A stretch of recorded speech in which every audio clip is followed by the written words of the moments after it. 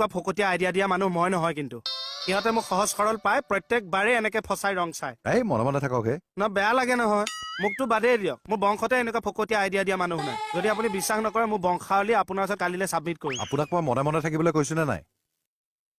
নহয় মোৰ ককাৰ ছাৰ ব্ৰিটিছৰ বিৰুদ্ধে যুঁজিছিল মোৰ আইতাই ভাষা আন্দোলনত যুঁজিছিল মোৰ বৰদেউতা অসম আন্দোলনত যুঁজিছিল মোৰ বৰমাই নযুঁজিলে কিন্তু তেখেত মাতৃমংগলৰ সম্পাদিকা আছিল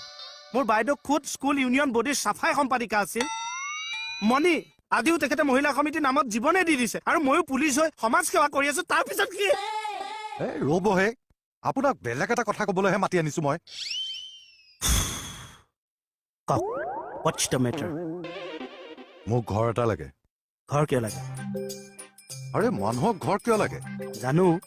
চাক চতে মোৰ বাৰে বাদ কথা এটা কওঁ আপোনাক এতিয়া ঘৰ এটাতকে বেছিকে গৃহিণী এজনীৰহে প্ৰয়োজন নেকি ফটোৱা কথা পাতি থাকিবলৈ মই আপোনাক মাতি অনা নাই মই আগৰ ঘৰটো সলাব লাগে